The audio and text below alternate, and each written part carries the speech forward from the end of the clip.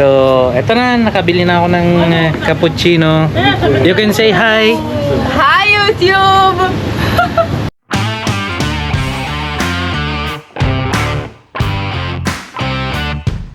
Okay everyone, so nandito kami ngayon sa Barzilay Hospital ni Aba. So titignan ko muna kung ano yung mga pwede kong mabili dito kasi medyo nagugutom naman ako. So dito sa hospital, maraming mga nagtitinda dito sa loob. Hindi lang sa may cafeteria pero meron din mga pwesto dito.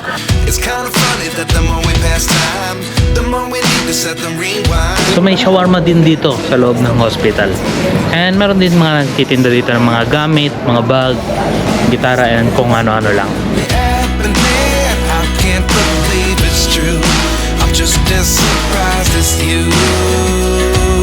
So, eto na, nakabili na ako ng cappuccino. You can say hi. Hi, YouTube! Okay, so yun, nakakataba naman ng puso dito dahil dun sa pinagbilang ko naman ng coffee is nagpa-picture, akala mo sikat, pero okay lang din naman.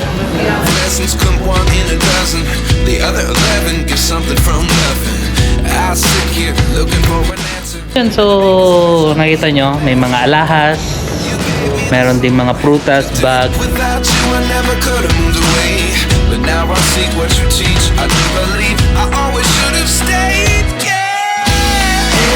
So sabi ko nga sa inyo dati, dito sa Israel hindi normal yung nagba-vlogging sila dahil ang lagi nilang binablog dito is mga gera at mga gulo.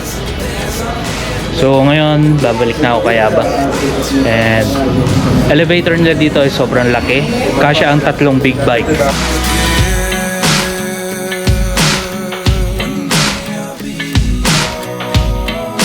Nandito na ako ngayon sa may 3rd floor. Hindi ko alam anong nangyari, ba't pinatay nila yung mga ilaw. Siguro rest time na, kaya nila pinatay yung mga ilaw, kaya medyo madilim dito. So ganito talaga dito.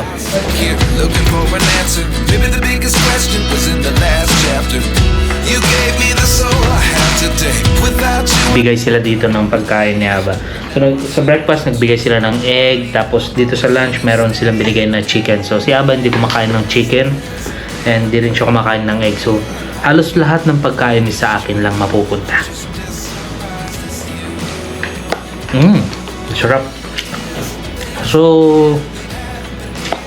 ngayong araw na to is talagang hindi maganda. Hindi kami makalabas ni Aba, hindi kami makakain sa restaurant, hindi kami makapagpalapit dahil talagang yung health niya is talagang biglaan lang to, biglaan nangyari. So si Aba, meron siyang pinirmahan na no more treatment sa hospital, pero ako kasi paano ba sabihin yun, parang binaliwala ko yun nung sinabi niya na sa akin, para nang sobrang nagka-crush yung dibdib niya, then yung BP niya is mataas, sugar niya sobrang taas din. So sabi ko, hindi ko nasusundin ko ano man yung pinirmahan niya, then tumawag kami ng ambulance and pinunta namin siya dito. So the good thing, sabi nila, as soon as possible makakauwi rin si Aba. Okay, so 3rd day namin ngayon dito sa hospital, and yan, so sa wakas labas din si Aba.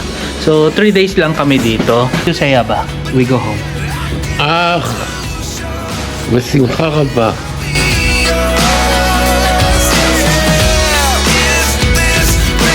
So eto na, palabas na kami sa may hospital ngayon, and yes, sobrang nakaka-excite naman. So hindi na rin ako naligo dahil palabas, sinabihan naman kami kaninang umaga na lalabas na kami.